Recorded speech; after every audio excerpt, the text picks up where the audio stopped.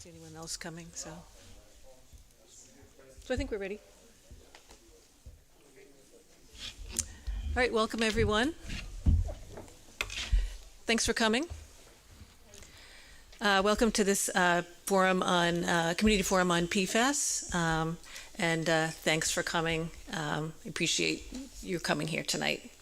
And we're here to talk about PFAS because it's in the news. It was a topic at various town meetings, and it's a national problem, perhaps a worldwide problem that's also local. So it's something that Hopkinton is confronting. Tonight, we're going to have a few remarks, and then Sean McAuliffe, our Public Health Director, and Kerry Reed, our Director of Public Works, are going to go through some slides and provide some information. Then there'll be a chance for Q&A, and then there'll be just general discussion, kind of geared toward what the town can do about this problem, what people can do, and what more do we need to know, where do we need to go with this. So I'm going to start by turning it over to Shadul Manan, member of the Select Board. Thank you, Elaine, and thank you all for coming tonight. Obviously, this is a very critical issue in the town, and we want to make sure we hear all the voices and we march along together with the right strategy and plan.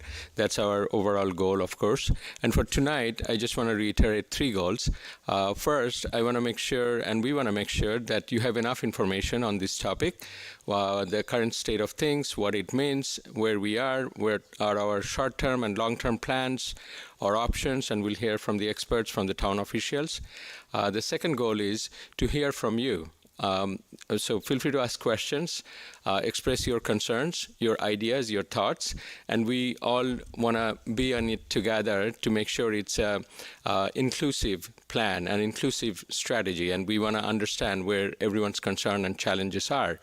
And as we go with our planning process, we want to include those and tune those.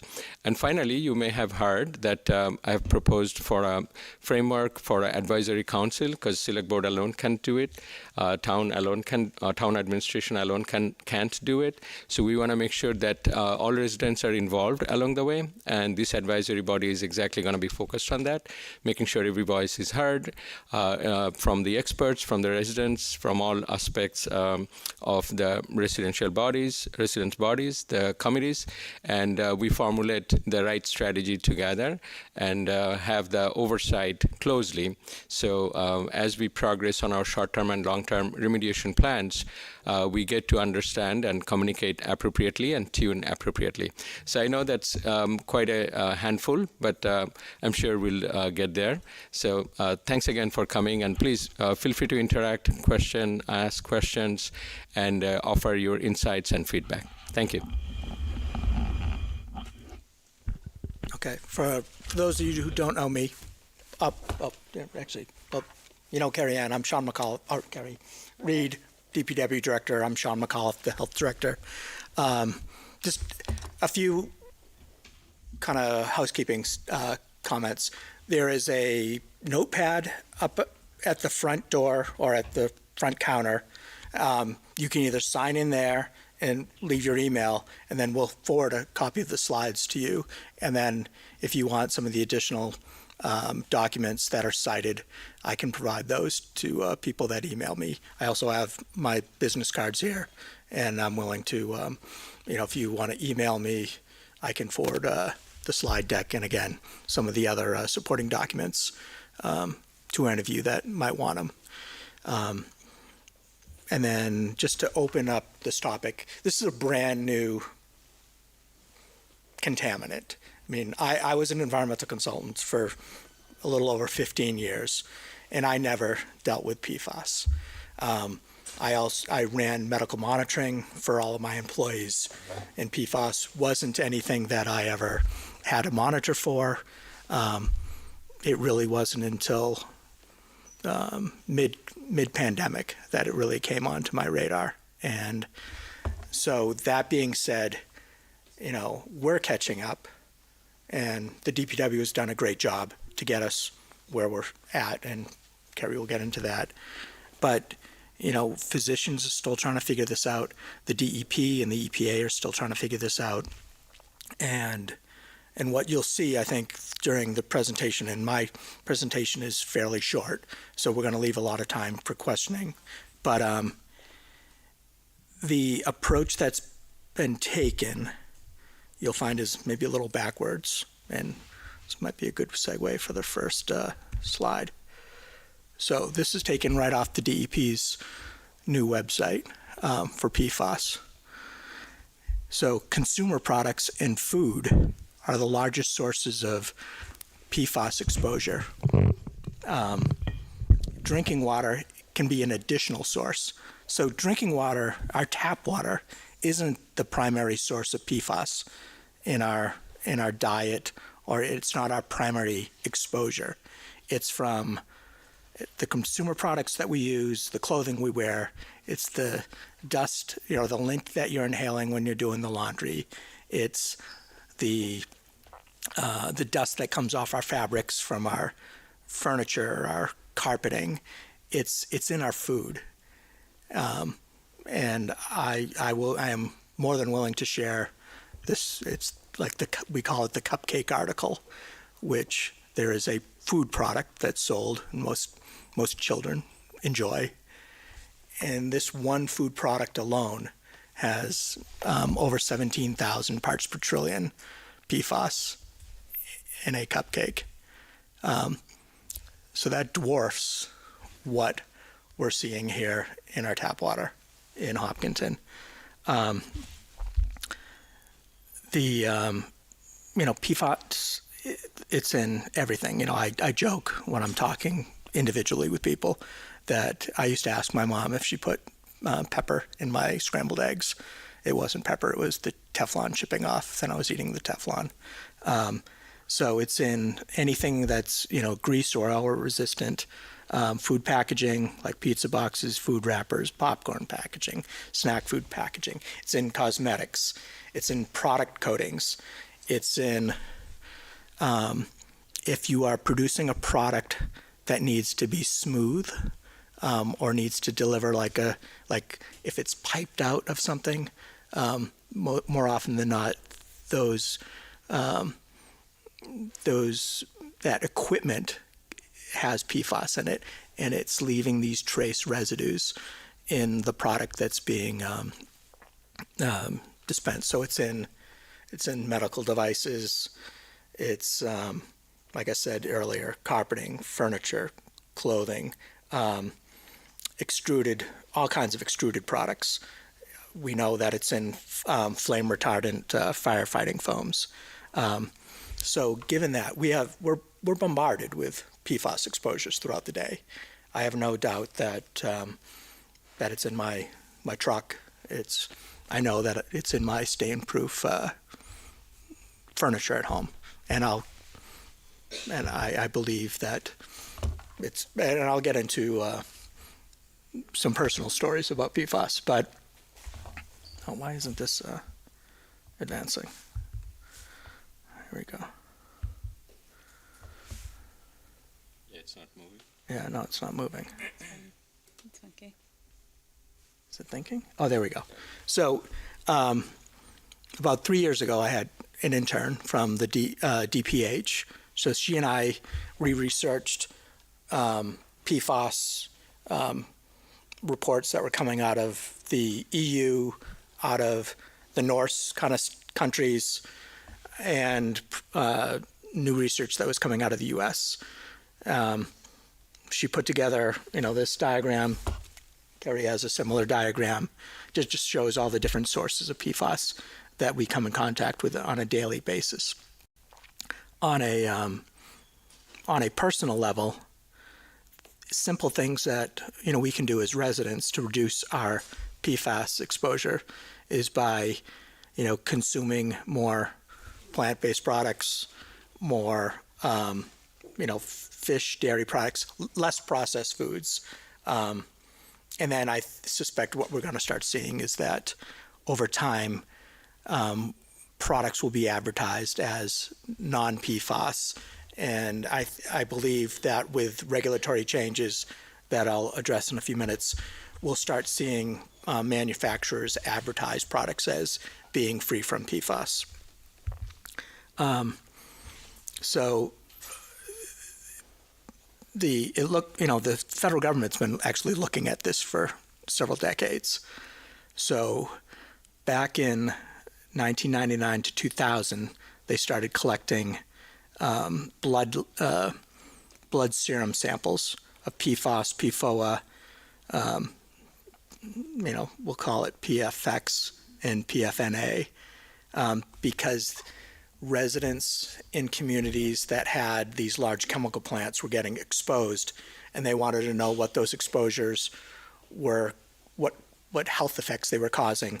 So they started looking at blood, and then when they saw that most of the residents in the communities had these chemicals in them, they started expanding their search around the country. So back in 99, 2000, the average resident in the United States was carrying, 30 parts per billion PFAS in their blood. That's the green line, the high line. And then around 5 parts per trillion, or 5 parts per billion and less. And then we can see that as they've started pulling products off the market, as they've started implementing new and tighter restrictions on the use of the product, that all of our blood serum concentrations have gone down. But I can tell you that most of us in this room have probably 2 to 6 parts per billion PFAS in our blood serum. I've tested my blood. There's a resident in town who works for Quest. He and I were chatting about this, and I've drank MWRA water for the last 30 years. So my tap water exposure in theory is 0, because the MWRA has 0 to 2, 0 to 3 parts per trillion PFAS. And he's lived in town for, I think, the last 20 plus years. So he's been exposed to PFAS in tap water for just about as long as Well 6 has been in operation. Yet we have the same PFAS levels in our blood serum. So I said, how can I have PFAS in my blood serum when I don't drink PFAS contaminated water? It's because it's in the food that I'm eating. It's during the pandemic, I was devouring microwave popcorn. I was eating at the McDonald's down the street from my house. I was just loading my body up. So I'm on the upper end at I'm at 7.79 parts per billion in my blood. And I've had a conversation with my doctor about it. And I've made a conscious effort to eat greener, to visit organic farms, to really make decisions to stay away from processed foods, because those are the foods that are most likely to contain PFAS. So, we're able to take positive steps to reduce our PFAS exposure. So in Hopkinton, we have a new source in town that's been reporting that, there was likely a history of the use of firefighting foams at the Pine Gravel Pit by the Fruit Street Well. We know that we're getting exposure from our clothing, cosmetics, housewares, etc. All of that, so when we're doing the dishes, when we're doing the laundry, PFAS, like a trillion here, a trillion there, all of that's getting washed off. It's going into either our septic systems or it's going to the municipal wastewater. And so we've got PFAS coming off and going into these two waste streams. So what I suspect is that as manufacturers continue to remove PFAS from their manufacturing process, we're going to start seeing labels that say PFAS free, and then once we start using these products, we should start seeing fewer or less and less PFAS in our wastewater supplies, in the wastewater sludge that's coming out. Like Deer Island is fairly loaded with PFAS. But, right now, until we get PFAS out of our foods and out of these products, we're going to, be slowly dosing our, our septic system and our sewer systems in town. We know that,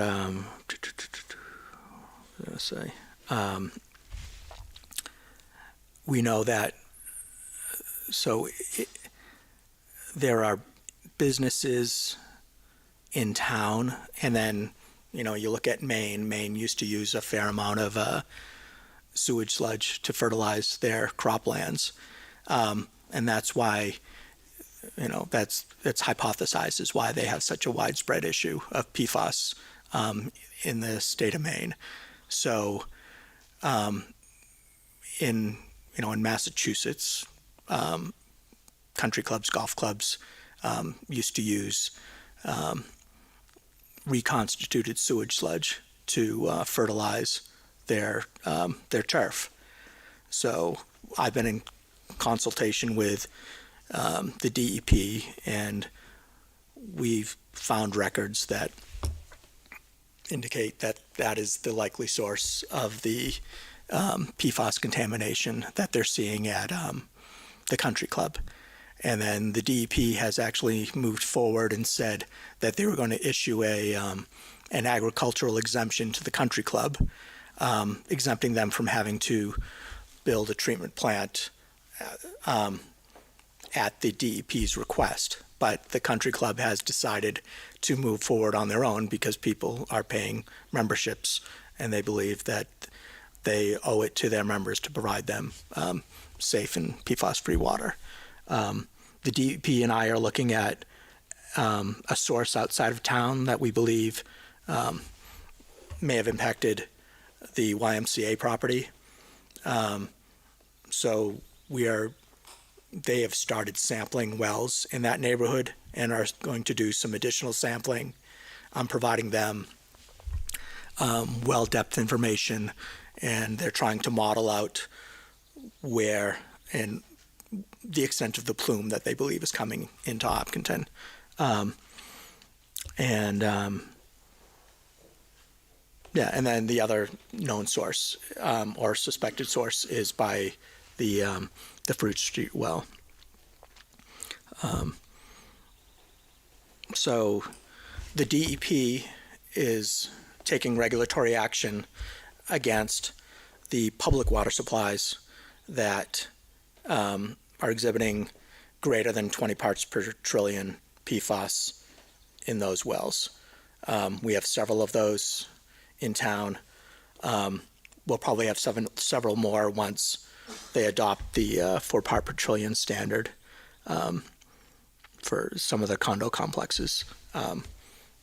Have slightly above 4 parts per trillion, and one has right around 19. But the DEP doesn't have jurisdiction over private wells. Private wells come under the Board of Health, and until the DEP and the EPA figure out how they're going to proceed with private wells, I'm not going to push until they get their program together. I'm not going to require, any private well testing. Because my question to the DEP has been, when you move to a 4 part per trillion standard for our municipal wells, how do I explain to the private well owners that they're going to have a 20 part per trillion standard? How do you justify that? Are you telling me that the private well owners don't deserve, as much protection? And they have no response. And absent any clear regulatory decision and explanation, I don't think it's right for my department to start imposing regulations when my job is to impose regulations that under the direction of either the DEP or the EPA. And if you look in on this next slide, right? Actually, maybe it's back. So the DEP has, although they have no jurisdiction over private wells, if you report that your private well has greater than 20 parts per trillion PFAS in it, you go from being under my jurisdiction to be a site. And as a site, you have a regulatory obligation to treat that issue. You have to hire an LSP. You have to have a treatment design, and you have to follow through and treat your water supply until you can get the concentrations below 20 parts per trillion. And I think it's Peter can attest to this. It's not an inexpensive exercise. And so although I'd love to get all of your private well data, because I'm a numbers guy, I was a due diligence specialist, and my job was to protect my clients' real estate investments. And I would argue that your property, is one of your biggest investments. And I don't want to do anything, and I don't want you to present anything to me that's going to jeopardize your home value. So until we get this all worked out, I'm happy to discuss scenarios, but I don't want to see your data, because as soon as you transmit your data to me, I have a regulatory obligation to provide it to the DEP.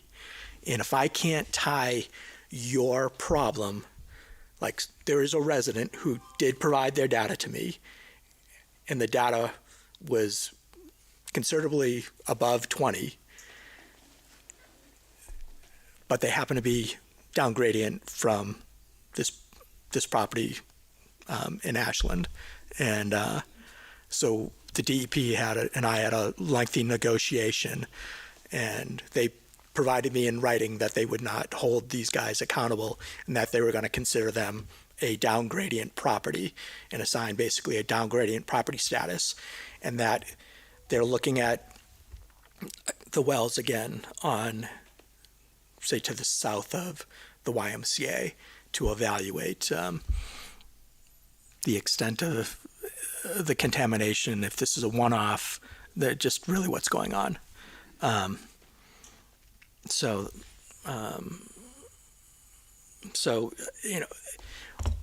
what we intend to do in the health department is get up a website, post all of this information so that we can better educate the residents, and then, really serve as their consultants, because that's really what, part of my job is, to serve as your consultant through all of this, so that we can make educated decisions, and then I can help guide the DEP, as they investigate these potential issues in town. The DEP wanted me to make a note that if you are installing a reverse osmosis system, it's illegal to discharge the RO wastewater to your septic system. You need a special permit to do that, and then you have to contain it, and then it should be treated as hazardous waste and transported. And that's an issue that I said, so if that's the policy with RO water, reverse osmosis wastewater, what is your policy with charcoal filters? Because most of us have refrigerators that have a charcoal filter between the dispenser on the fridge, and that captures a small amount and of PFAS in it.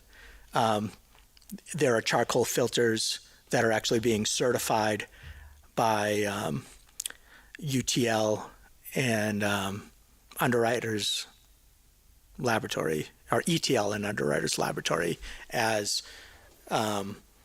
effective at removing X concentration of PFAS. So if you have, in town right now, our PFAS levels most recently in the combined water is below 20. But so we're removing, like if you have a charcoal filter in your fridge, you're removing a small quantity of PFAS. So, again, so if we're looking at eating less processed foods, if we have filters and we're changing our filters with proper frequency, all of these steps are reducing our PFAS exposure. And then if you accept the fact that the greatest load of PFAS to our bodies is really coming from our food and not from our tap water, we can, my goal is to get this information out so that we can start taking action to reduce our overall exposure. And then with a recent discussion I had with the DPH, they're like, not that we're, like, we all agree that PFAS shouldn't be in our water, it shouldn't be in our soil, but their position is that the relative risk in Hopkinton from our tap water is low. And as Kerry will get into, we're looking pretty good. I'm quite optimistic as to what's going to be happening over the next couple months. Again, here we're not alone. There are over 1,400 public water supplies that have PFAS contamination. Again, the DEP doesn't regulate private homes, but they will get involved if you have greater than 20 parts per trillion. As soon as the DEP starts putting together comprehensive regulations and guidance on private wells, we will likely adopt those because our current drinking water regulations at the health department are based on the DEP's model, and I like to try to keep our regulations consistent with that of the governing bodies in the state. Let's see. Again, that's just a little redundant. Just gets to the DEPs. The bullet 3 gets to the item of or the discussion of the reportable concentration, and I'll provide all of these notes to anybody who wants them. So I like to kind of end or close on a hopeful kind of note. So in January 23, EPA proposed an additional rule that would prevent anyone from starting or resuming manufacturing or processing of an estimated 300 inactive PFAS that haven't been utilized in the U.S., that they are February 24, substances containing PFAS are no longer being sold in the U.S. for grease-proofing agents, so all of our packaging should be PFAS-free. A lot of restaurants have already started removing those products. There are only a few large retailers that are still using the product. Most of the beverages that you consume in the state of Massachusetts are tested before they're allowed to be sold. So most of our bottled water, our carbonated water, and now companies are submitting other soft drink data to demonstrate that their products don't have PFAS in them. And then you can go to a website that the DPH posts, and you can see all of the different manufacturers that are selling product, or all the retailers that are selling products in the Commonwealth that are PFAS-free. So we have a lot of different either regulatory agencies and businesses that are moving to remove PFAS from their products. And then I will provide you access to these links. And then really this is me. up to Carrie, but thank you. Oh, actually, so you want me to, I'll just forward it for you. I guess you, can drive. Okay, yeah, I'll drive. Oh, Can y'all actually, hear me? okay. or do you want? I don't. Okay, like this one. sure. Oh, are we good? Fantastic. Hi, everyone. So I'm Carrie Reed, the Director of Public Works, and we'll flip it through because I can't chat. So this is just graphic. I like pictures. But this is from EPA. I think it's a really great, simple way because, as you can see, this is a very complicated technical thing. So I like these easy to understand graphics, and I wanted to take a little bit of time right now to say that I'm absolutely not an expert on this, and we have some amazing people in our water and sewer department that are, that weren't able to be here today. But if you have any specific questions, I'll probably have to bring them back with me, but I will try my best. All right, what do we got next? Okay. So quick, dirty, the reason that we're doing these are because of the regulations that were put in effect. So if you are not aware, the Massachusetts Department of Environmental Protection put these regulations in effect in October 2020. All right, so we've been dealing with it for a while. The max contaminant level, MCL, is 20 parts per trillion, which is drops in a bucket of a bunch of Olympic pools. We're talking like concentrations that are really, really hard, at least for me to understand, parts per trillion. But so the magic number has been 20, and just recently the EPA has also pointed out that they're on board now. Their regulations are going into effect, but we have some years, like the other ones, to start implementing it, and we're going down to 4 parts per trillion nationwide. So these are your magic numbers. And the websites are down there, and you can skip, yeah, you're good. Okay. Just to show there's tons and tons of information on DP and EPA's websites. So, overview for those who need to be refamiliarized with Hopkinton's drinking water. The public drinking water, we get all our drinking water from the ground, from groundwater wells. All right, we own 8 wells, 1, 2, and 3, which is not in operation, are located on Fruit Street. So when you're driving over there, you see that brick building, which is a pump station. They're all in that vicinity. Well 6, which is the one you keep hearing about, is located across the street. So if you're driving up Pratt Way on your way to the soccer fields, it'll be over to your left. And what we do now is we combine all the water from those 3 wells and we blend them, is what they call. It's a way of diluting the water and using cleaner and, let's say, dirtier water and trying to get a better quality by using all 3. We also have wells 4 and 5 that are located by Lake Whitehall. We use those wells when we have like a peak demand. The water quality in those wells and the amount of water that they produce is not as good as 1, 2, and 6. The water quality, iron and manganese is the issues over there, but those wells just don't work as well for us, so we only use those when we really have a high demand, like in the summer where people want to water their yards and fill their pools and play out in the sprinklers and all that good stuff. And then wells 7 and 8 are on the right-hand side in the circle. Those are the we call Aparilla wells. Those are the newest wells. Those also, we've been having some operational issues, so they're not our go-tos all the time, but they're there, so we'll show them. And then we also get a portion of our water, about 40% of our public water, from Ashland, from the Howe Water Treatment Plant, which is located over by Hopkinton State Park. They also get their water from the ground, so they get theirs from groundwater wells, but they treat it through a water treatment plant before they distribute it to us and to their residents. Okay, so keep those numbers in mind. All right. So if you want any of the results, they're all available on our website. It's up to date all the time. These are a lot of numbers running through our heads, right? So if you want the information, it's always on our website. As you walk through, you saw there was an annual water quality report, which we also point out. So whoever wants to dig into that sampling results is there if you press go. It's really hard to read, which is why I told you to go to the website. But I told you those magic numbers, right? 20 parts per trillion, 4 parts per trillion.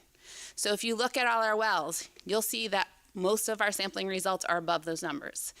So we get most of our water from 1, 2, and 6. That's where we're putting in the treatment plant, the PFAS filtration system. So the quarterly average, which is on the right, is what DP is looking at to get to that 20 parts per trillion. And our numbers have consistently been in the 20 to 30 range. We are happy to report that the last results were 16. So it fluctuates quite a bit. All right. So this is what has happened so far. Ever since those regulations came out from DP, the town has been sampling the wells, which is why those results are available. And all that information has been made public. We have had multiple public forums. Obviously, I haven't been involved in all of them because I'm pretty new. But almost about once a year, DPW has been in front of the public to try to give an update on what's been going on.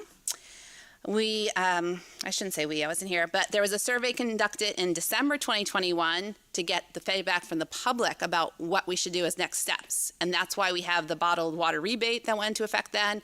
That's why the town has decided to do the filtration plant, filtration system, and why we're pursuing connection to the MWRA now. So that was based on public feedback.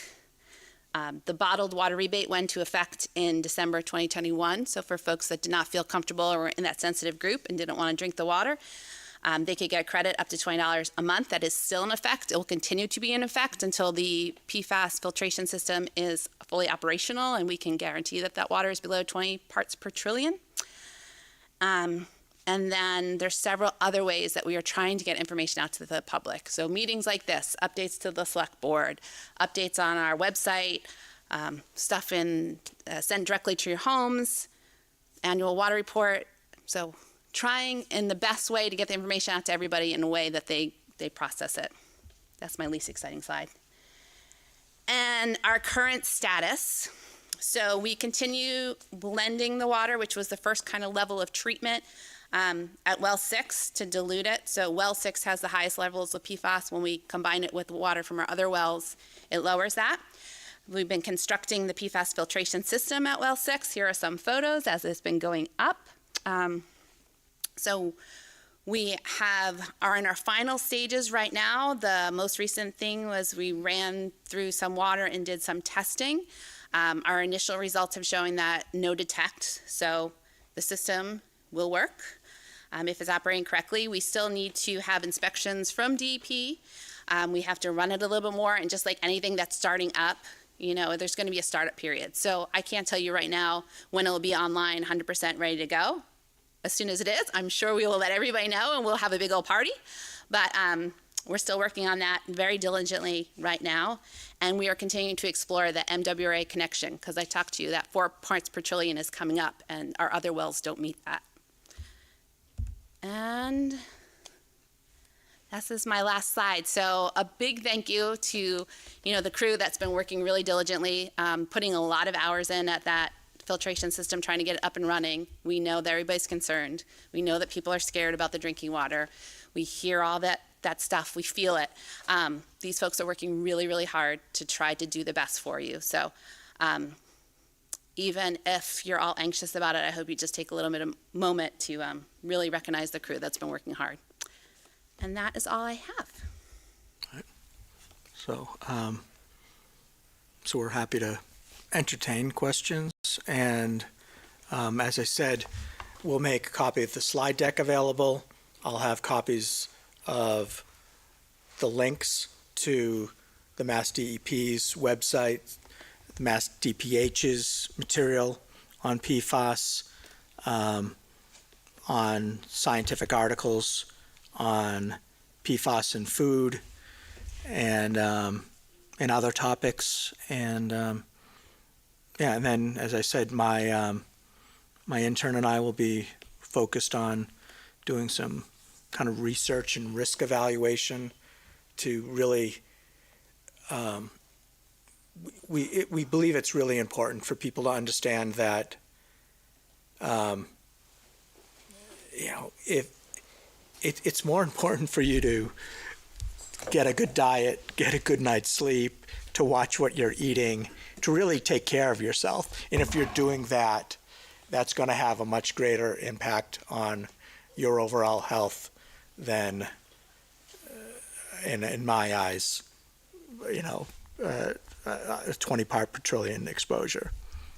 Yes, in the back. Okay, so now we're convinced of what the Oh. how does the body clear it, and how long does it take, and are there any, have you come up with any supplements or medications to enhance our processing? No, so John, do you want to repeat the question?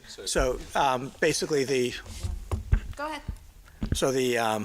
the question was, how long does it take to clear? Are there any remedies that we can utilize to remove PFAS from our bodies? And so certain PFAS are removed fairly quickly, within hours to a week or so. There are other PFAS they're longer. There are others that tend to bioaccumulate. That's why we all generally have, again, between 2 and 6 parts per trillion or parts per billion in our blood serum. So to my knowledge, there are no current remedies. They are evaluating populations that have been exposed to much higher elevated concentrations, mostly at work, to see whether or not certain remedy or therapies might work. Much like those that are exposed to heavy metals, there's a way that you can treat those individuals to have to remove the heavy metals from their bodies. But to my knowledge, that there is no technology or medical remedy available now. And then, I might ask, how many of you have gone to your doctor and had them tell you you need to reduce your PFAS exposure? I would argue my doctor didn't even know what to do with the PFAS serum level that I had. He's like, well, just stop eating processed foods. And I said, I'm working on that. So and then, what is the PFAS concentration that in your drinking water? And I said, it's MWRA water. It's 0 to 2, or relatively speaking, 0, So I'm taking steps. I'm watching what my kids' exposure is. And the state's doing work. And then, as we could see from that ATSDR graph, our blood serum levels have dropped consistently over the last 2 decades. So just the fact that we're being exposed to lower and lower concentrations each year, that's helping our bodies naturally clear it out. So I imagine when we come back in 5 to 10 years, we're going to see that our blood serum concentrations are probably 0 to 4. And then, I'm going to continue I'll probably test in another year just to see where I'm at, and to see if my trip away from processed foods is really making a market exposure. And I was probably exposed to it, while I was in the field working with this stuff. So, anybody else? Okay. Back. You said it's in cupcakes and furniture and clothing. So is it all related to contact with plastic? Is that the common denominator here, the main culprit? No, it's.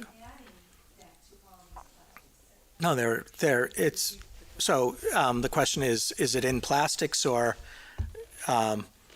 is it because there are plastics in a lot of these products? The answer is no. I mean, it's a fantastic water repellent and waterproofer, so it's added to clothing, to tents, to the stain guards. Like a little pet peeve of mine, there's tons of it in auto detailing equipment. So it's in cosmetics. It's in your smudge proof eyeshadows and other products. I don't profess to be really well versed in my cosmetics, but it's in all of those smudge proof products. It's in virtually everything, and we're talking a part per trillions. So as Carrie was saying, just picture an Olympic pool and throw a grain of sand in it. That's the amount we're talking about. So put 20 grains of sand or 40 grains of sand. These are very minute amounts, and I think this is probably the only product that we've ever had to work with reportable limits as low as that are under part per billion. So, And then again, this is a brand new topic. Okay, so it's very ubiquitous, but if you take plastic as a category, is it by definition going to have PFAS? No, no, only if, I believe that there are plastics that are coated with PFAS. So, I believe it's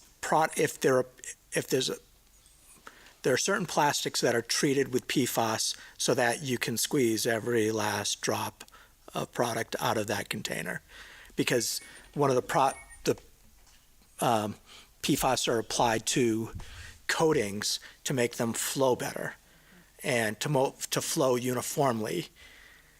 They might be in medical devices so that they extrude, or anything that's, if you've ever seen an extrusion device, so that they extrude smoothly out of the device. Think about when you're making extruded pasta like bucatini, you want that to flow through the extruder smoothly. So they add PFAS to these products to make them pass through the machinery smoother. And then once you take that, say you're making just like a pastry tip, a decorating tip. If you manufacture a decorating tip with a PFAS process, it likely has PFAS in it, or it might be made with PFAS so that the product can come out of the pastry tube better. And now that's transmitting parts per trillion, maybe a part per trillion or whatever, to that product. And it's in tons of stuff. The plastic that has the PFAS added is even worse. The plastic by itself is bad enough as it is, but some of this worse if it has the PFAS added. So, Yeah, and I don't know that I could identify what one product from another. Yeah. but as you said, when they start slow down the manufacture of it, we should be able to clear it out. And as the definition is forever. So isn't it still in the system, cycling round and round? And how can we ever clear it out of our bodies or the air? Well, it will remove it, and then they're not using I had a discussion with the DPH. They're not using it in the containers that are used to, like in beverage containers anymore, because then if they were using it in beverage containers, they wouldn't be able to pass the standard to be able to be sold in Massachusetts. The same thing that they've been working on with pesticides.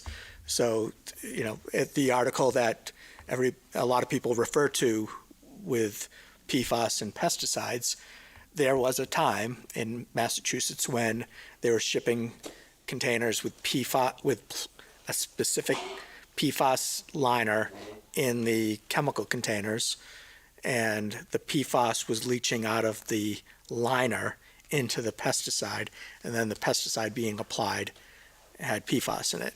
But it's a forever chemical, even if they stop adding it to anything tomorrow, we already have everything that's already out there. So where does it go? Well, they are finding that there are, they're developing enzymes, and they're finding that there are natural enzymes that are able to break the fluoride bonds down. Extruding made me think of toothpaste. Yeah, Is that possible that it's I wonder.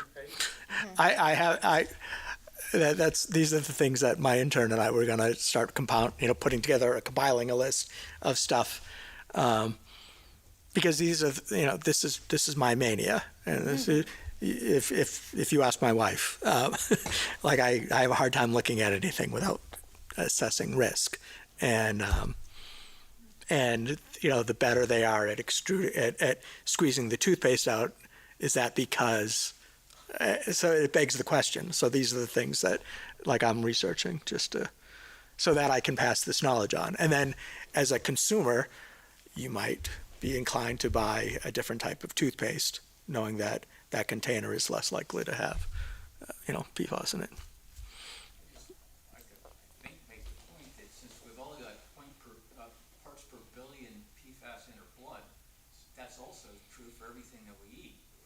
Right.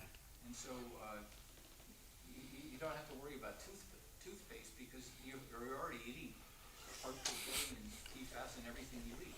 Right. So they may be able to have PFAS-free water and things that are almost completely water, but they can't get PFAS below part per billion levels in anything that you can eat because it's everywhere, bioaccumulated into every living substance already. So it's gonna, the way it's gonna go down, it's gonna wash into the ocean as we stop spreading it all over the environment, but that'll take a long time because it's currently spread all over the place. But they are, the Danish country like Norway, Finland, Sweden, Denmark, Finland, like they're about 10, 15 years ahead of us. So they started banning all these products decades ago, and they're seeing in their blood serum, I believe, 0 to 2s, and a pretty significant reduction in their environment.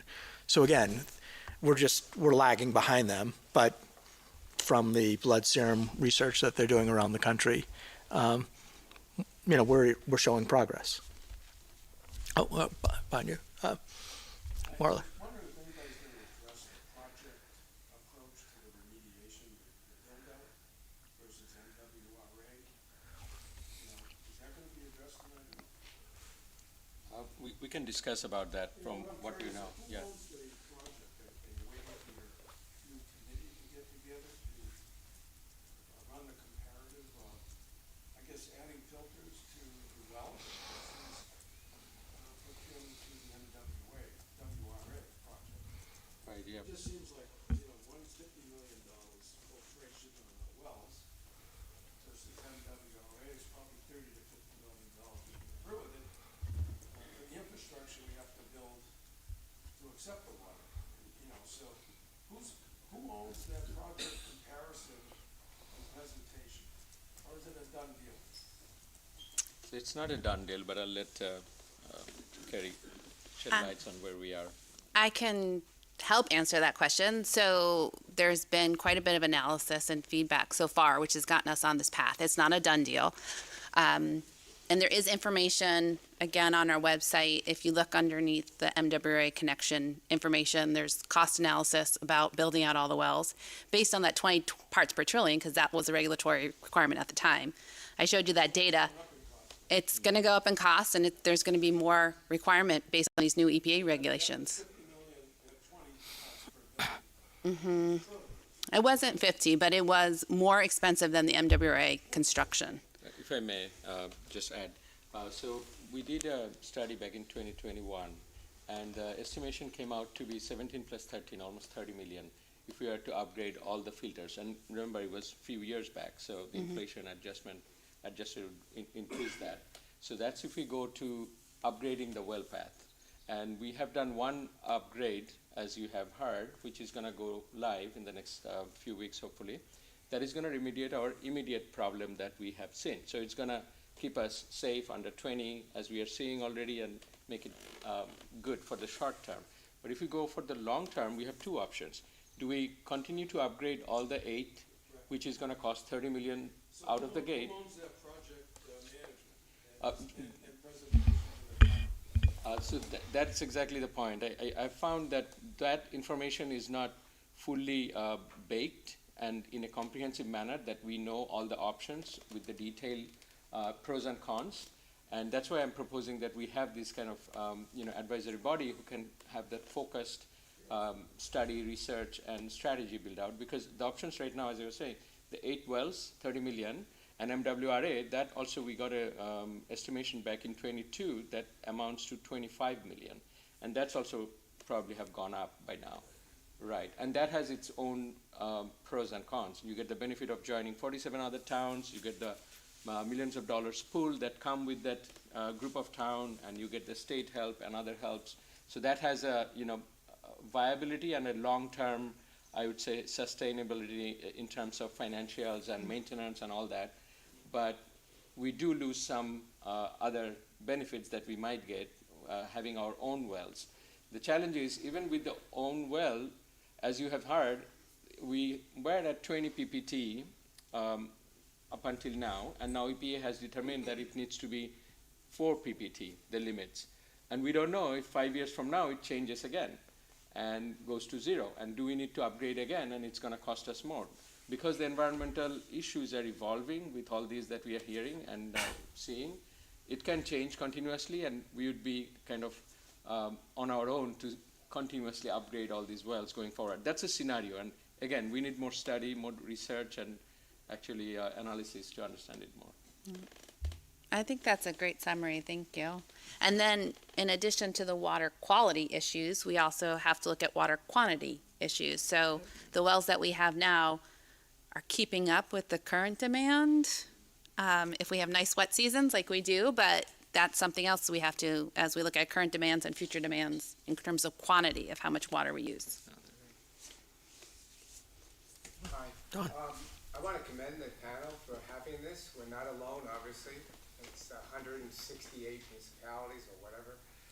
And it's really a problem that 3M and Union Carbide gave us. Now it's being revealed, through various investigative reports that they sat on data. Not shocking. Meanwhile, the consumers and municipalities and regulatory bodies are having to deal with the aftermath. So it's really commendable that you're handing, they're putting you on like a test kitchen for the DEP. I haven't seen leadership from the EPA really on how to deal with this as it spreads into the public, keeping panic down, keeping people calm. There really hasn't been even a statewide effort. The PFAS task force has been kind of mute lately. So I really commend you guys for taking on this as a real challenge. What I wanted to ask though is, what I've been hearing is a reduction is a good strategy as opposed to increasing exposure. So that's one of the issues that were brought up, reducing your exposure to PFAS. Which, by the way, is over 14,000 compounds, narrowed down to 6 for drinking water, and expanding by the EPA as they look at it. I think wastewater is now looking at 40, so it's really a moving target. So again, it's a real tough challenge you guys are facing. But in terms of getting data and reducing exposure, I would think they go hand in hand, having data and reduction. So we have sources that are used in town that are potential feeders to the groundwater that have been brought up in the media, mainly fire foam, practicing the fire foam issue on Field 6, artificial turf playing fields used in schools are been known to have PFAS in them. The leaching from that hasn't been tested. We have issues of fluorinated plastic containers that hold pesticides. Have the EPA's asked those to be ceased. Again, it's an issue that was just appealed by the courts, so the EPA hasn't addressed that appeal. So they're left at ground zero with companies still able to use fluorinated containers that could leach PFAS into them. So that, you're really out there in having to deal with these issues. So I was wondering, will we have a reduction effort in town of addressing things on a moratorium level, such as, say, for the bio-sludge products that are used on the golf course or in gardening? Could that be possibly put on a moratorium basis based on testing? There's a lot of products that come from bio-sludge. The bio-sludge is popular, promoted still by the DEP. It's permitted by the DEP. And in light of that reduction effort, could we also have more testing of say, mosquito spraying that before it happens? The product could be tested beforehand by the distributor to provide the town at least transparency that they're not spraying us with more PFAS. That could also occur with aquatic herbicides if the containers have it. And it's not always, it's not a blame game. It's just following up this topic as it's playing out, in that we need more data to address a reduction strategy, which I just wanted to know, is that a big part of this panel is building a strategy of reduction and data collection as it relates to that? And would there be an effort to basically start a moratorium based on our effort to address it instead of like just be observers? I mean, that is the goal of, that's one of the other projects that my intern and I are going to be working on this summer, is developing a pesticide regulation. And we've talked a bit about the pesticide regulation, but having a portion of that require that people applying, and this is what I'm working out with the state, so the attorneys that serve the health officers, is can I institute a requirement that vendors certify that their products are PFAS free before they are utilized, and that we're discussing that. They're not saying that I can't, and that's one of the beauties of public health, is that as long as the regulation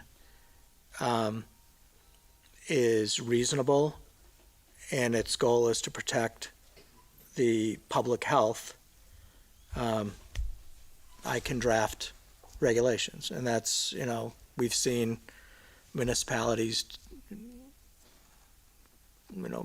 changing, some of the strictest tobacco regulations were just passed by at least 6 communities in the state, basically banning the sale to anybody under the age of,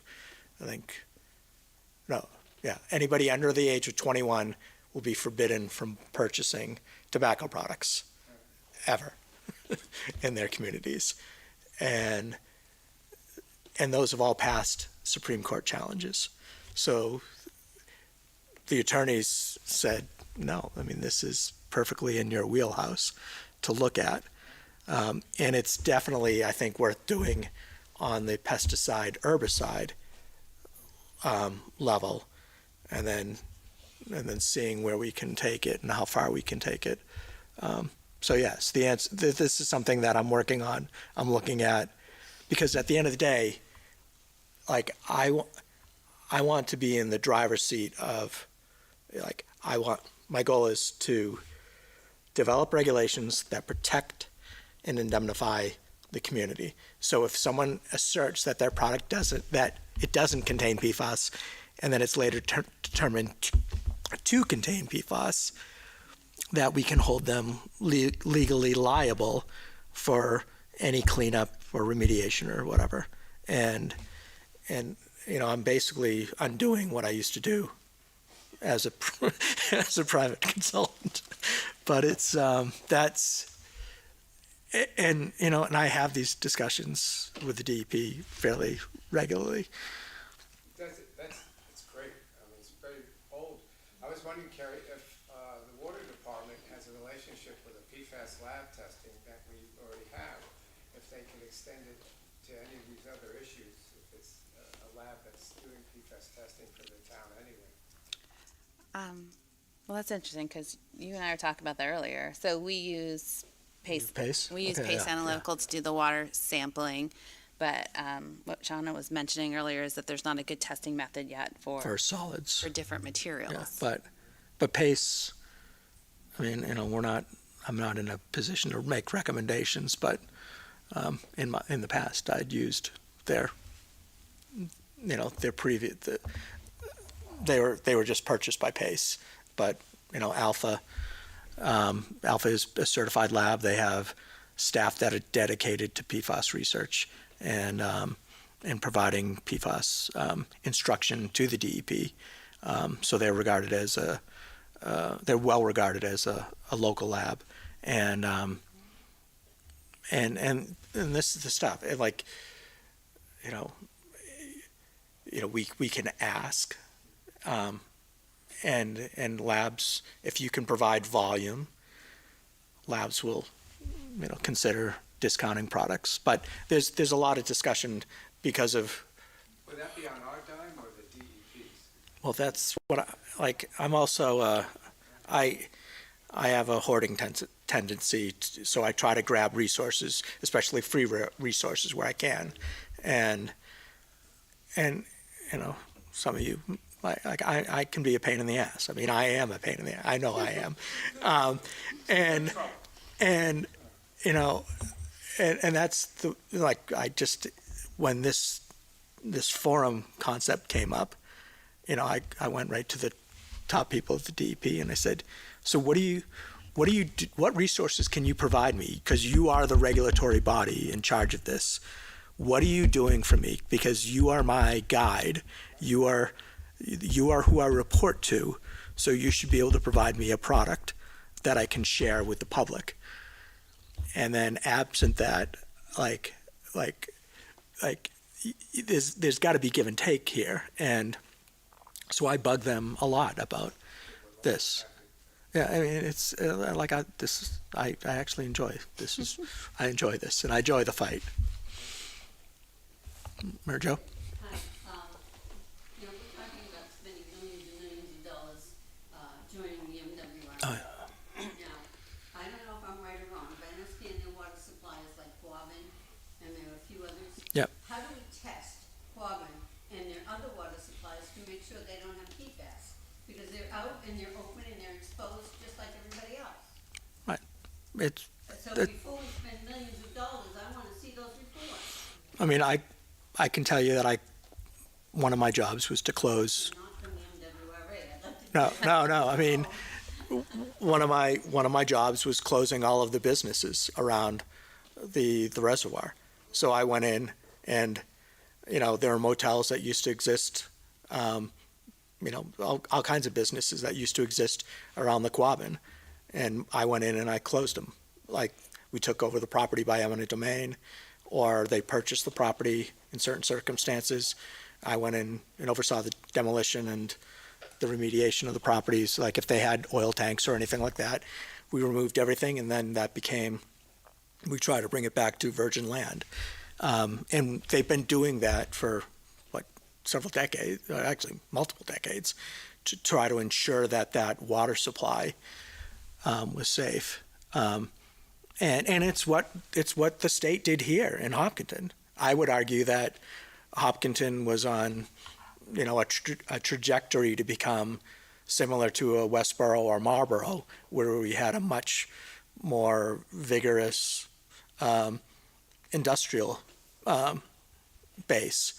And then when they saw that they might need more water, they made, the businesses along Whitehall get torn down, and it's what they did to protect our water in town in case they needed it for later use. But I'll jump on and say, when we start the conversation, we differentiated private wells versus public water supplies. So the Quabbin MWRA is a public water supply and is required by DEP to meet all those requirements. So they're doing all the sampling that folks like us that pull it from groundwater are doing. So there should be data, just like I showed you our website, they have a website, has all that data also. The difference is that we're pulling it from the wells with very little treatment because it was good quality and putting it right into our distribution system, whereas theirs is all going to a water treatment plant, make sure that's run by professionals 24/7, that's been in operation for a long time, and being sampled again as it's leaving to make sure that it's a good water quality before it's distributed to its customers. Yeah.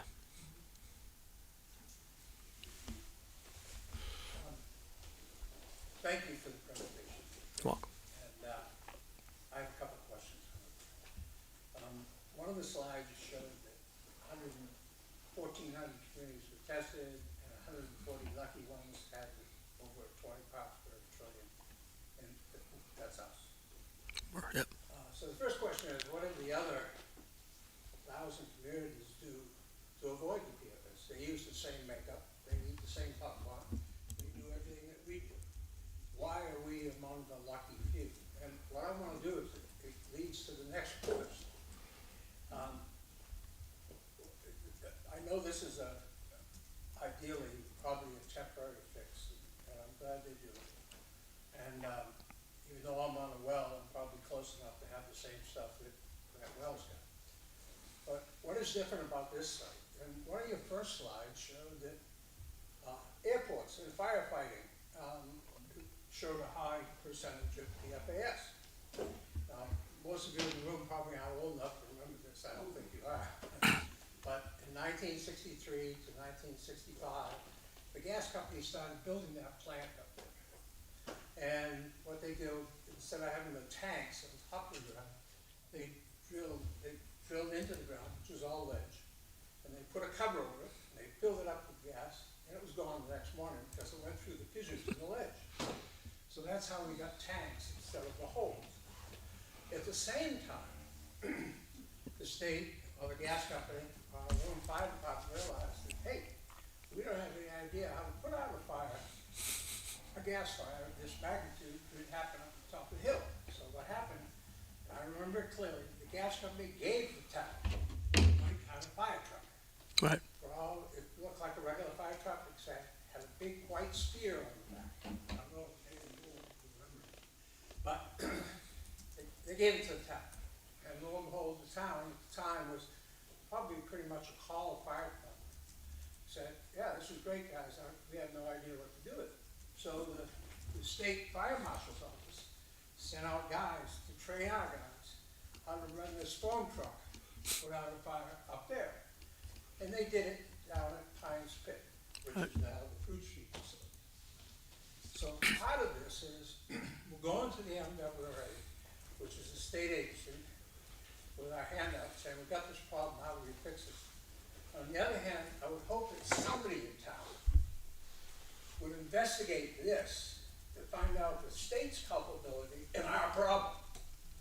Because if they are culpable at all, they're responsible for at least a portion of the cost. Maybe it's not $12 billion, maybe it's only $6 billion. Right. But the state may be responsible.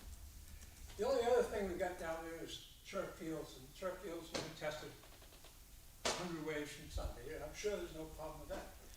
But we do have a sewage treatment plant down there. It was put online probably 12 years ago. I would be interested, and I was a selectman, I think, from the beginning. And I'd be interested to know, I was told that the water coming out of that sewage treatment plant, which goes into the Sudley River and flows out into South Pro, wherever that goes, you can drink it. Could somebody go out and test the outflow from the sewage treatment plant for PFAS? Simple question. It's supposed to be clear like water. Take a sample, send it away. Maybe it's coming from there. Just look at it.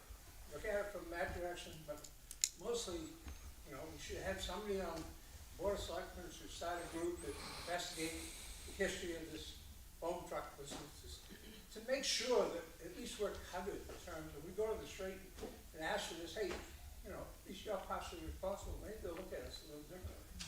Because I don't see what Hopkins is doing. Where only 10% of those 1,400 communities have PFAS. What are the other people doing that we're doing? So, thank you for the presentation, and I'll get my 2 cents out. Like, If I may add, yes, Mike, you brought up a very important point, and that's something we definitely should look into, and that's the goal of, or would be the goal of this body, should we choose to form one. And I spoke to our state rep, James Arana de Rosa, and he was also telling me that Millis, the town of Millis, recently actually was able to claim for such compensation for the same reason. They had fire training activities, and the foam and connected that PFAS came from there. So that is certainly something we should look at. yeah. And then, similar to the opioid issue, the Attorney General's office and the governor have filed suit against the manufacturers with the intent of them forming a similar body where we receive compensation. You know, at the end, on the opioid side, I think Hopkinton's going to get about $338,000. So, you know, I would like to believe that if they prevail in court, we could see, maybe not several million, but receive something. And then, and this is the stuff this is what I used to do is due diligence. And it's a little more involved where we have to figure out, were there indemnifications, who assumed liability during, the transaction. So we can work on that. And that's, again, what the committee can do, because it's right for the, in my eyes, it's right for the taxpayers. It's in the taxpayers' interest that we do it. And it's going to take time. Can you speak a little bit to the other name for PFAS, which is forever chemicals, and the fact that they really persist for very long term?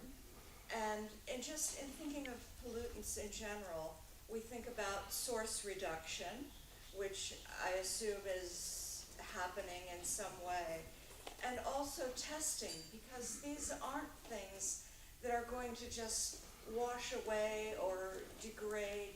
They're with us. Right. And I think that second name speaks a lot of the difficulty of what you all and we all are dealing with. It's one of the reasons why I'm so excited to have Mary Jo on my board now, because this is some of the work that she's been doing in her lab, and I just reached out to her and said, because again, if I can get Northeastern or Harvard or BU to start poking around, it's got to be with the select board and top managers' approval. But if this is the stuff that I think we can form partnerships to research, and we have a hard time with environmental history. Like we should have learned this with DDT, DDD, DDE, the forever pesticides. We should be doing a better job at, the bisphthalate compounds that are used to make, pacifiers more flexible. And, I would argue that we need to do a better job at holding our representatives accountable.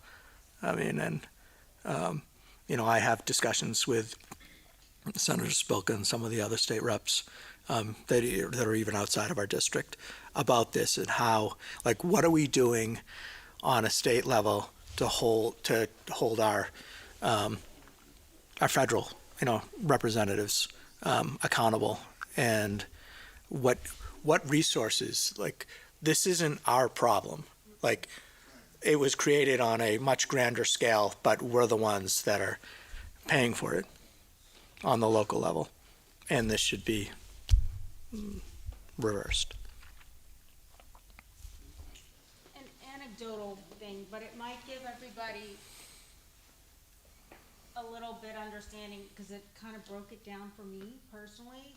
There is a movie that came out in 2017 called Dark Waters, and it goes through the legal side of how the case was started in 1997 by a lawyer who was actually an environmental consultant, so he's kind of on the bad side or the dark side, and it was just through a family connection out in, I believe it was either West Virginia, I want to say, but it comes back to DuPont and these big companies. They knew back in the late 50s, early 60s, that all the stuff they were putting out, which was PFAS, that's our Teflon, that's our pots, that's the Scotch Guard that you spray to keep your boots from going off when you're in the water.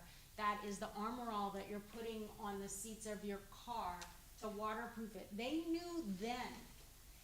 And when the EPA was created, we basically, our system, we put into place the police force was literally the companies that created the products.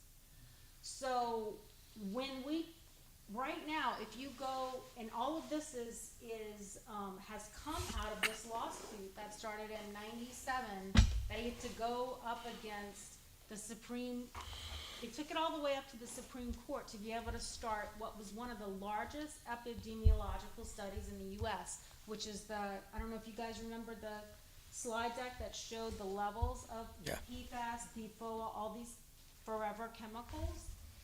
That comes from this lawsuit. And it wasn't until 2017 that these folks are starting to see any remediation from this. So it's all the way at the top. This is regulation that needs to start at the top. If you follow if you notice the EPA website, it has a lot of information, and it puts forth water as first, but water is really downstream from where the chemicals are coming from. It's got to start on a regulation side. And the other thing that I'll just throw out there for anyone who's interested is if you go to the NIH, there's a lot of studies. Now it does take getting in the weeds a little bit, but it tells you in real time what we're discovering. So I think, to speak to your point, and I think maybe the science will bear this out, we probably are a little bit more aware of what's going on in this town than, say, some other towns. So we're one step ahead, but it's going to be a long, slow road. But I just wanted to throw that out there because that kind of helped for me break it down, because I don't have a background in environmental science. I'm a nurse, so I got a little bit of the chemistry, but if that's helpful for anyone. I mean, I can say I worked on products that, large Fortune 50 companies, they were designing products so I couldn't detect them out in the field. I could see them. There was a property, I had 60 feet of this stuff, but when I'd send it to the lab, it was all non-detect. All the stuff I was looking for and expected to find was all non-detect. And they just made a synthetic lubricant that didn't have any of the petroleum and items that I'd normally look for, or any of the solvents. So yeah, I mean it's a struggle, and it's why I believe we need stronger federal environmental regulations. Brian? Great job. Thank you very much for putting this together.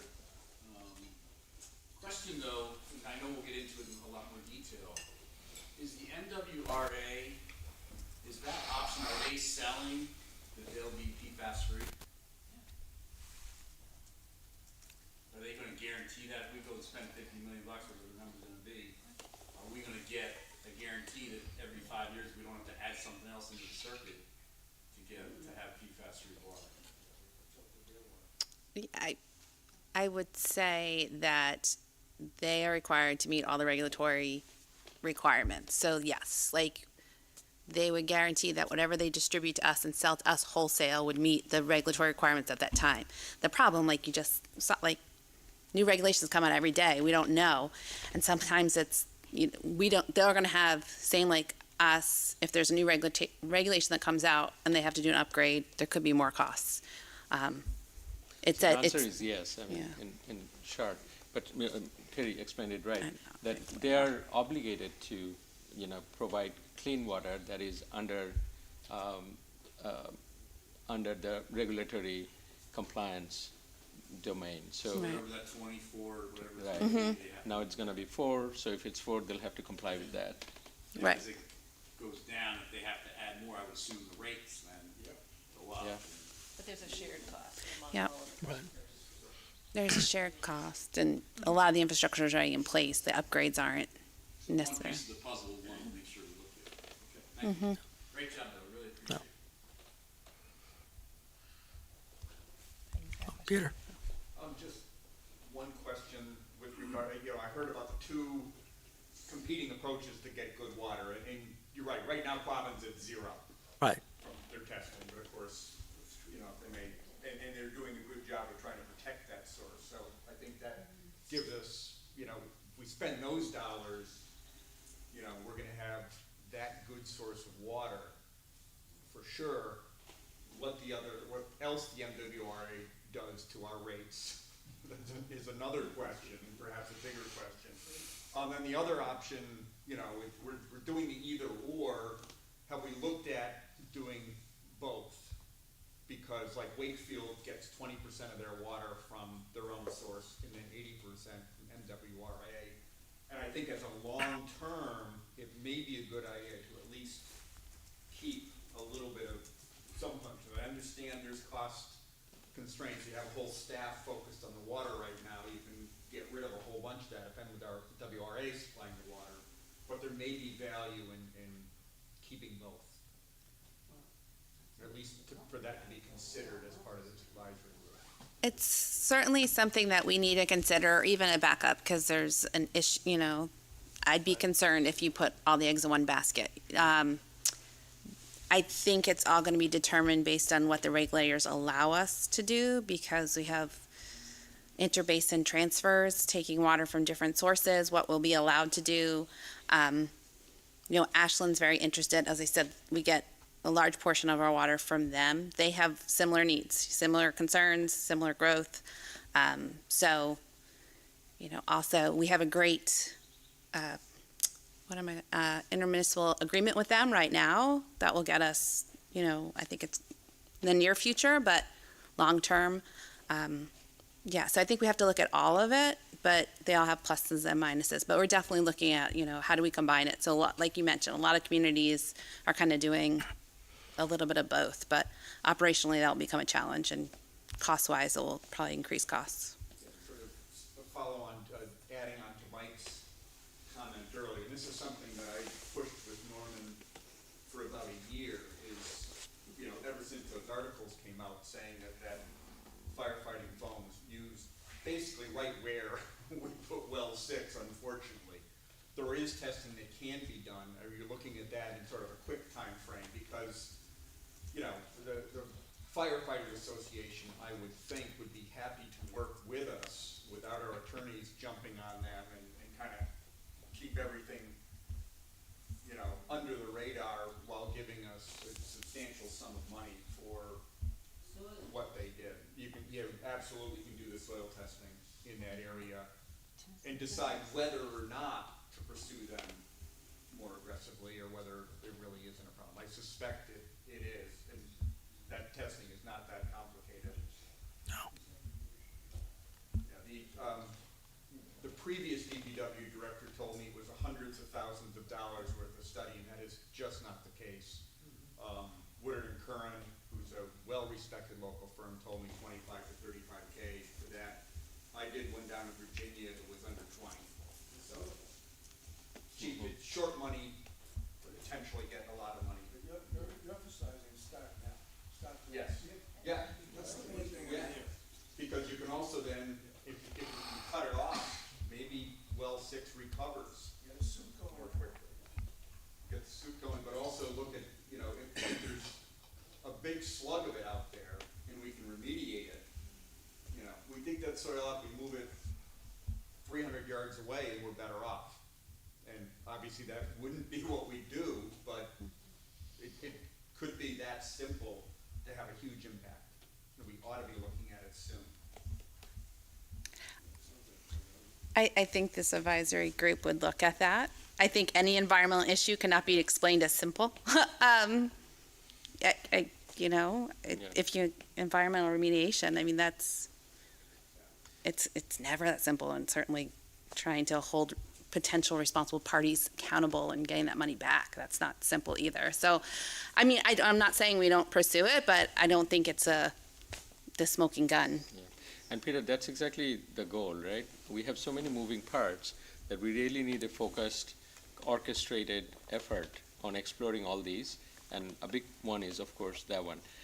But on that note, I also wanted to kind of confirm, we did see one of the other well kind of going up and down, right? So that it's not only well 6, but there are variations in other wells too, that will intermediate. Sorry? The Y well, the well over Yeah, but that's, yeah.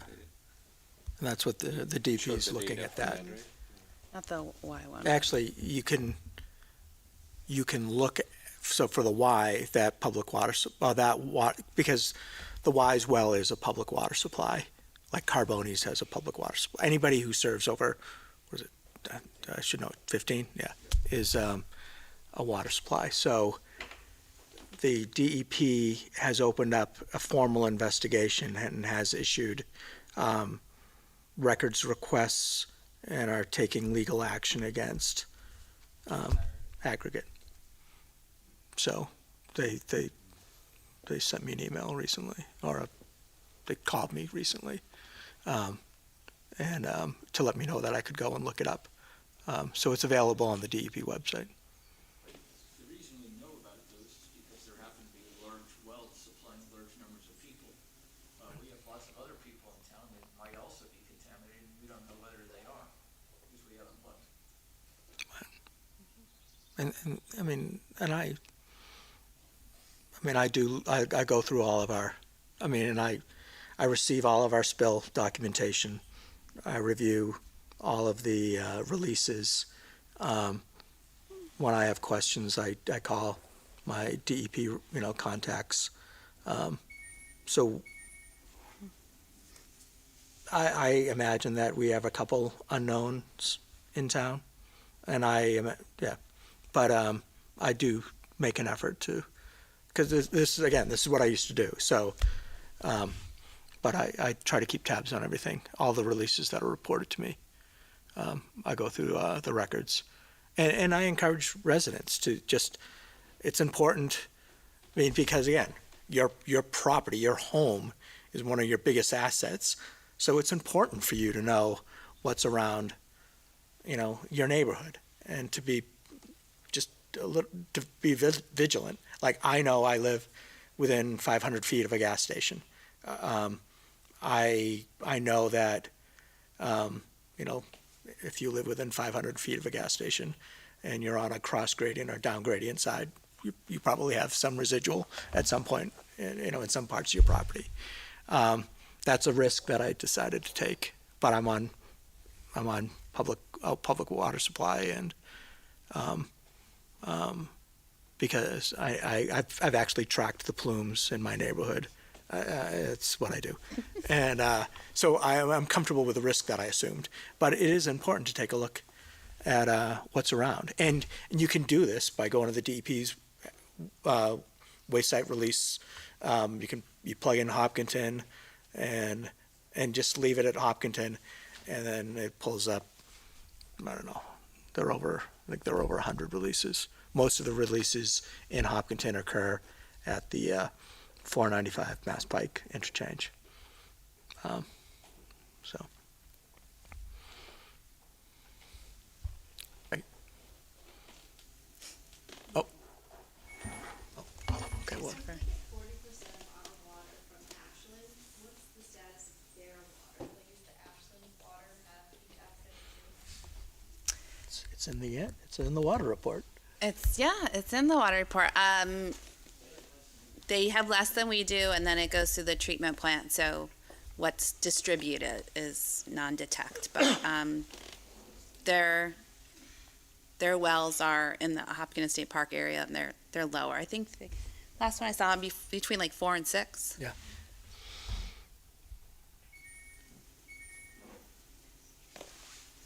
Oh, thank you.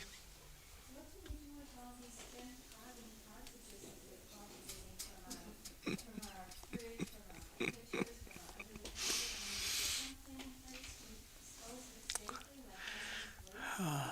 Compost somewhere, like nuclear. I mean, if we just throw it in everything in the trash, because I know we go to landfill and then disintegrate and sink into the groundwater, and then when you just like, oh, we're gonna have to filter it out again. So what do we do with these cartridges? I would appreciate that if you ask the DEP that very question, because they're getting tired of me asking that question, because you're right. And fortunately, like a lot of the waste in Massachusetts, it's being burned or it's being shipped outside of Massachusetts. almost all of our hazardous waste, like I want to say all of our hazardous waste is shipped out of Massachusetts. So, like, we're shipping our problems to some other state that's not as well, versed in environmental issues.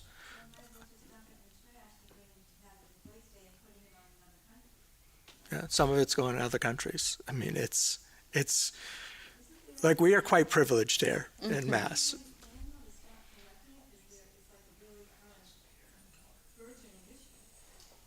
There should be, but I've been asking the DEP this. They joke that Paul Locke left the DEP because I asked too many questions. And Paul Locke and we were good friends. But it's, and that's my job. And, and actually Simone's learning. We enjoy asking the people that to make sure that the people we work for, we hold everybody accountable. And then when I can say that, I just got a call from a resident that was inquiring about what we're doing about spent refrigeration cartridges. What is the state's policy on this? And they right now don't have a formal policy on this, because it not only I would argue that in Hopkinton your filter contains high levels of iron, manganese, probably several other metals, possibly because our aquifers are granite based. It's probably got some radioactive materials in it. It's got PFAS. So these should be going to some sort of facility. So we try to save ourselves, but harming the environment, which in turn harms ourselves back again. No, and then it's like I get regular reports from our old landfill. So that's one of my other jobs, is monitoring all of the wells that have been installed around the former landfills. So, anybody else? Oh. So, if I'm on a private well, and if I decided that I wanted to reduce my risk from this PFAS in water by installing a point-of-use filtration system under the sink, which has carbon in front of reverse osmosis, and it treats the water for drinking and the water for the water for washing food. I'm then going to discharge the waste to the drain, which will be about 10% of the 10 gallons, so about a gallon. Right. The other 9 gallons will also end up going into the septic tank. So I haven't increased the amount of PFAS or any other contaminant that goes into the septic tank. It sounded like from what you said that the DEP has a problem with that, which is bananas to me. Right. I guess my question is, would the town Department of Public Health that would actually be regulating me have a problem with that? I don't regulate your home treatment systems. Again, this is why it's so frustrating, is that some of these rules just don't make sense. And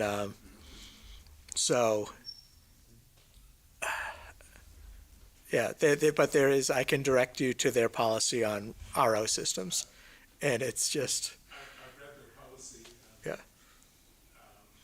I guess I meant to ask this question as a hypothetical. Yeah. Then I could say that the person involved had decided not Oh. to buy it.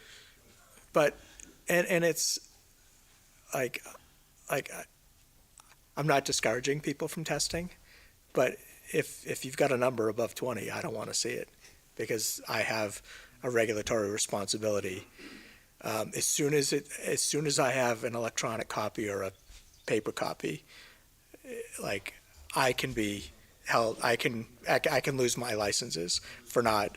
So in that one instance, thank God they were in the location that they were, because I was able to have a lengthy discussion and actually get something in writing that said we will not prosecute them and require them to install a treatment system, because it would have broken this family. And this is the this is the other part of public health. Is it's my job to protect the environment, but if you're doing that at the cost of wrecking a family and leaving them destitute, like I'm doing it to service to the family. So it's straddling that line and making sure that I'm taking care of both.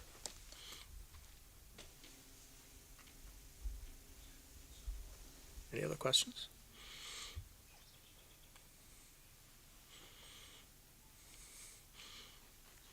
I was going to say, this is the most people that I've ever had to speak before since I've been here. People are excited about PFAS. Yeah. So, but Thank you. yeah.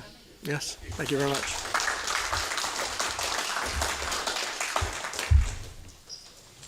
I've been taking notes of your questions and comments. If you have more.